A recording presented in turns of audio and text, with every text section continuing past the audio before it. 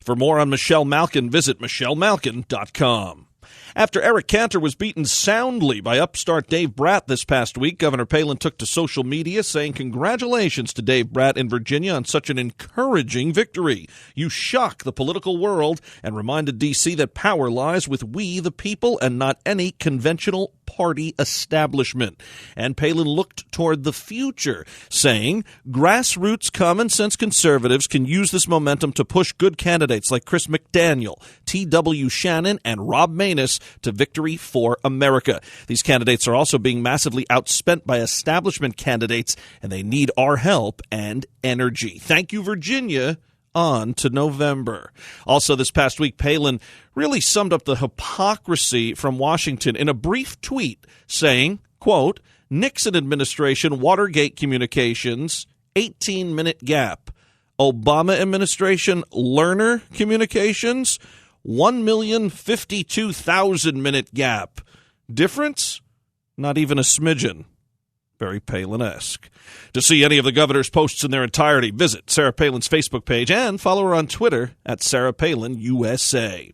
Now it's time to strap in with the Colonel.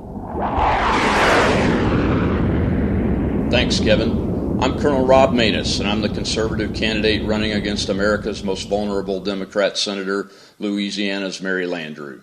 The biggest news in the political world this week was the defeat of establishment candidate Eric Cantor to grassroots conservative Dave Brat. Brat's campaign proves that a bold, contrasting conservative message will cut through the clutter of typical political rhetoric and can help an outsider candidate triumph over a substantially better funded opponent. That is great news for patriots across the country. Cantor's lack of leadership to change the status quo on amnesty and immigration became a key issue that galvanized voters in Virginia's 7th District to vote him out of office. The implications of the race in Louisiana are striking. My establishment-favored opponent, Congressman Cassidy, is nearly a carbon copy of Congressman Cantor on a whole host of issues, especially immigration. In fact, on the very day Cantor lost his primary, both Cantor and Cassidy voted against a proposal by Congressman Louis Gohmert to end subsidized housing benefits for illegal immigrants. Cassidy and Cantor preferred to allow the status quo to continue unchecked, even while our own veterans suffer from a lack of adequate services and care. Landrieu, Cassidy, and Cantor have all earned similarly poor grades from immigration watchdog groups like Numbers USA for failing to advance positive changes to the immigration crisis in our country, reforms that benefit Louisianans and Americans and are in line with the values of Louisiana and America. We need new leadership in Washington, especially senators who stand for a secure border and who will defend the Constitution. In short, we need real leaders. You can count on my devotion to our nation and our Constitution. I risked my life for them in the U.S. Air Force for 32 years. More importantly, I'm not a politician, I'm one of us. To join my team by chipping in a small contribution or volunteering to help get out the vote, please visit robmaness.com. Together, we'll defeat the big government establishment Republicans in the open primary, and we'll defeat Mary Landrieu in the runoff. This is Colonel Maness for Mama Grizzly Radio. Join us again next week for another segment of Strap In with the Colonel featuring Rob Maness on Mama Grizzly Radio. For more on Colonel Maness, head to robmaness.com. That's ROBMANESS.com. It's time for Commonwealth Common Sense with Susan Stimson and Kevin Scholla. Hey, Susan, how are you? Kevin, I'm great. It's been a pretty eventful week here in Virginia. Yeah, to say the least. You know, I mean, last week you mentioned the Eric Cantor race, and we talked about it briefly and, you know, thought, okay, good luck here and then see what happens with Mr. Brad. And, well, wouldn't you know it, it shows here proof that it can be done if you get out there and knock on doors and shake hands and really spread that common sense message. Yeah, you could lose by 30%, but you can also win. And I think it's huge for people to see that because there were a lot of disgruntled folks in Kentucky and North Carolina and other places who really put a lot of blood, sweat, and tears into their races and still came out very, very short. And here, you knock off one of the top dogs. I mean, it really shows that it can be done, and it is in the hands of the people. I think if you go back to that adage, I'm sure you've heard it before, all politics is local. In each race, you are dealing with individual candidates and the incumbent. Do the constituents in the district, do they like their incumbent? And what happened in Eric Cantor's district, he had lost touch with his people. He spent most of his time in D.C., and so there was a frustration in that regard. He wasn't there and speaking with them, which is really how the Founding Fathers designed Congress. That's why the elections are every 2 years, because they want it to be the most reflective, of the people at that time, that snapshot.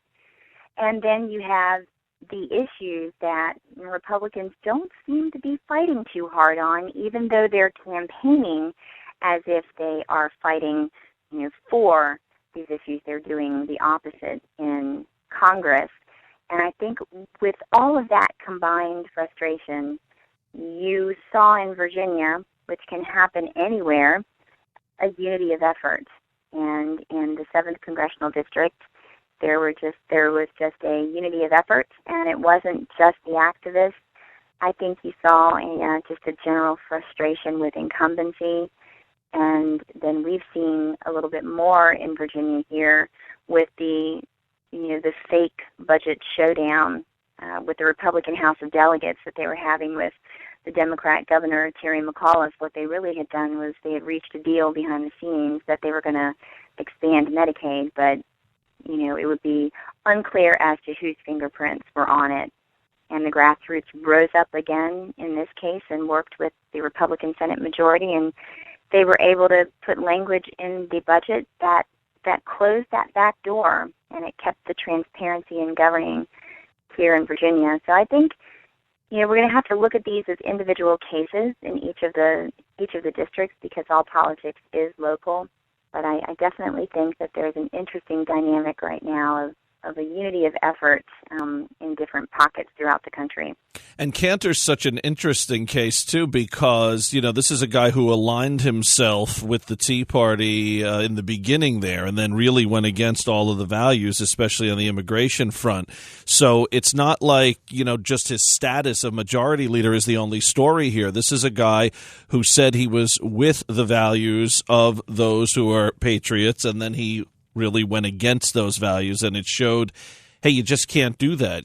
Come out and say what you stand for, but if you're going to hem and haw, or as Sarah Palin always says, the go along to get along types, there's really no room for that right now. And I just think it's a boost, though. And you are right as far as locally, as far as what the decisions will be.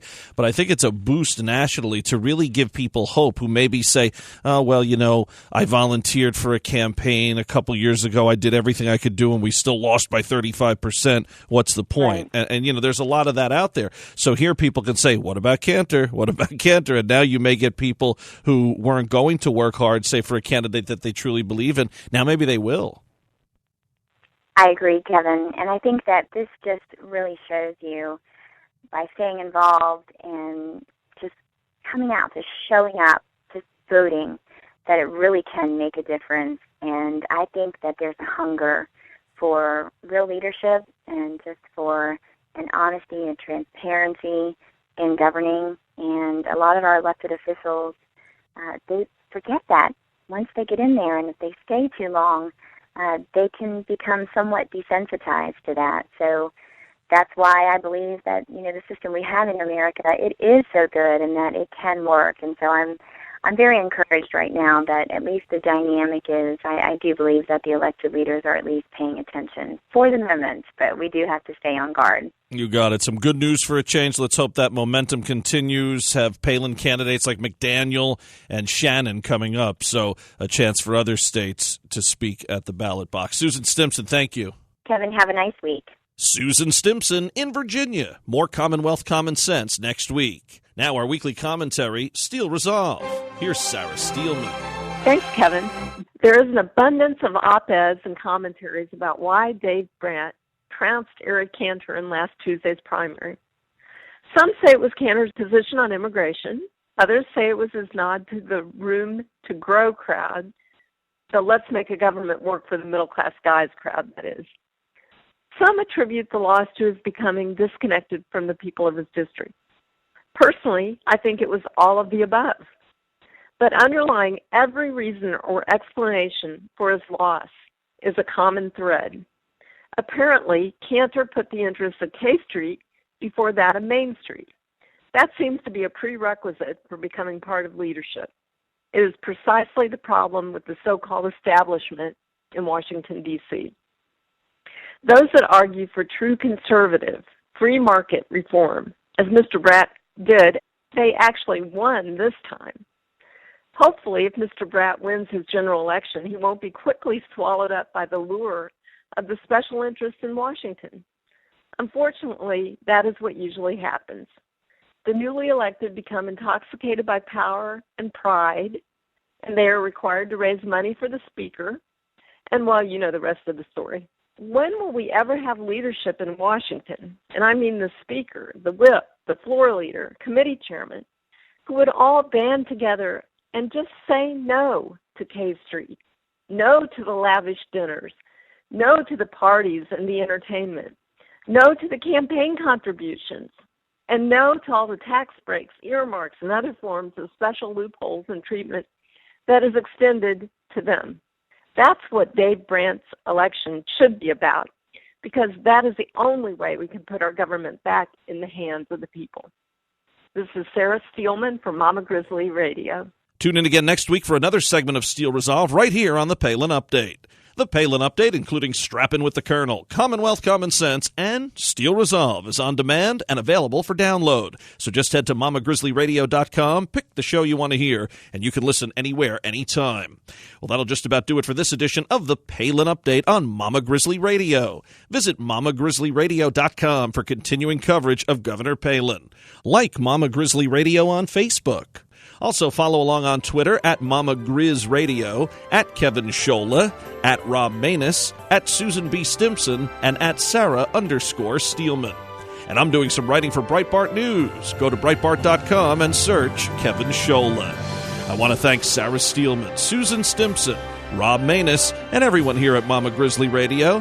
Thanks to Michelle Malkin, and thank you for listening today. Please be sure to join us again next time for another edition of the Palin Update on Mama Grizzly Radio. I'm Kevin Scholla. Have a pleasant day.